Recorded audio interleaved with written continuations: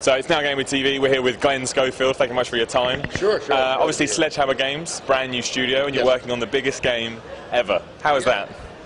I don't know. It's good luck, I guess. But you know, we came over. I've been in the industry a long time, so I've made a lot of games.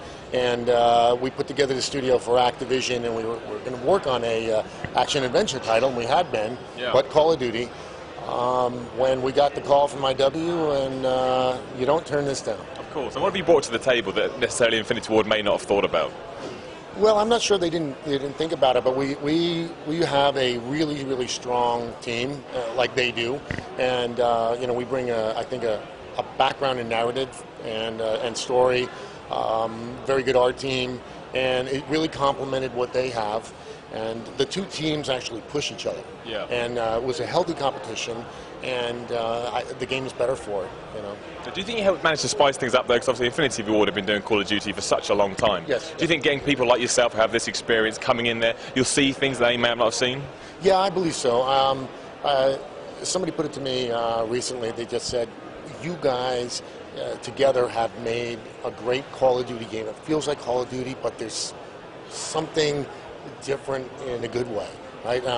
You know, we've added a lot with audio, with VO. I think with graphics, I think you're going to see the moments are bigger, and we've also before the games, you know, have big footprint in size of the maps, but we've also gone vertical. Yeah. And you know, a lot of people told us in the beginning you shouldn't really go vertical, and we're like, what do we know? You know, we're going to go ahead and do it. So. Yeah. And what does that do to Modern Warfare, though? How does that bring it forward? Well, it made the levels pretty big. Yeah, obviously. And but it also added a real uniqueness in pacing. So you're outside, and it's sort of a big battle in there, and maybe you're flanking and going inside, and the battle changes, right? You're kind of clearing rooms and looking around. Becomes a little more stealth. Then you know you can blow up the side of a building, and you know you've got all that height.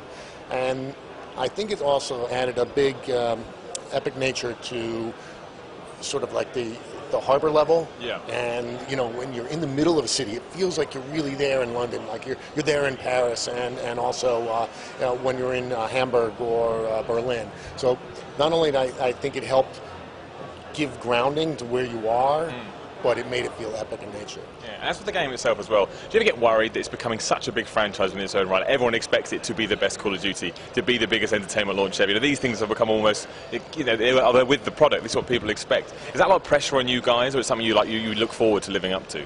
Well, both. You know, as a game maker, you always want to be better than you were before. So you're trying to outbetter yourself, and you're trying to come up with stuff that is so big in your imagination that you might not be able to pull it off. But then we look at that and we're like, well, that's the challenge. Let's go build that.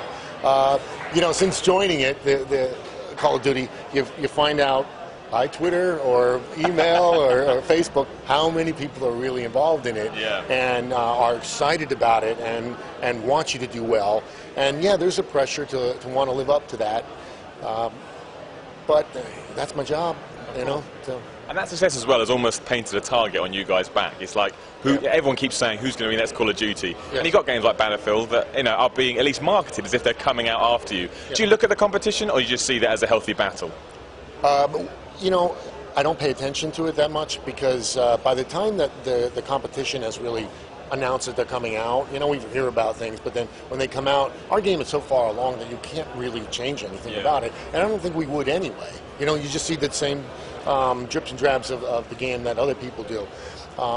For me, the competition is really Modern Warfare 2. I've got to be better and bigger and badder than that one. Or, you know, Black Ops. I've got to come out and be better than that. So I don't think about the competition too much. I mean, that's really the truth. The only time I really kind of run into it is at the trade shows and things like that. So. Okay, and also multiplayer has almost become, some people don't play single player campaign, they just focus on the multiplayer. With you, with your backspanning games like Dead Space, where narrative is so important, are you doing things to try and lure those people back into the single player? Well, you know, we've put a lot of emphasis on Spec Ops. You know, and Spec Ops is really something that both Infinity Ward and Sledgehammer has said, this is where we want to blow out. Because we realize that a lot of people play multiplayer and they play single player, and we actually want to get them both playing both.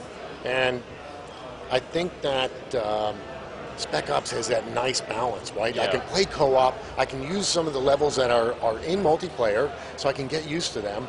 And if I'm in multiplayer, I can kind of go in and probably just play with one buddy. You can even play single player if you want. Yeah. So it's got the same leaderboards and progressive ranking and upgrades and things like that. So it feels familiar to the multiplayer guy, and maybe he wants to go in to play the story. And the single player guy can go into and just play with a friend and say, I know the maps well enough, I may just go try multiplayer. Yeah, and That's what kind of we're hoping. And you see things like Call of Duty Elite and obviously the big XP event you got coming on as ways to grow that community? Yeah, absolutely. And actually, XP is not really about growing the community. It's about giving back to the community. Yeah. It really has been designed for the fans. And that's why we've kept it kind of a smaller footprint. You know, we want those people who are really diehards to just really have a great experience.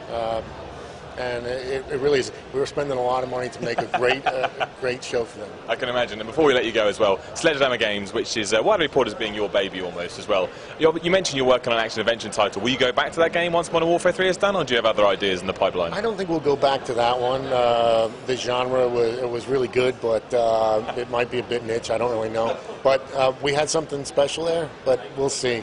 You know, I've really had a blast making a first-person shooter, so Maybe just keep with that. yeah, I'd like to. Maybe. Yeah, Excellent. yeah. Glenn, thank you very much for your time. Appreciate it. Thank you. Bye-bye.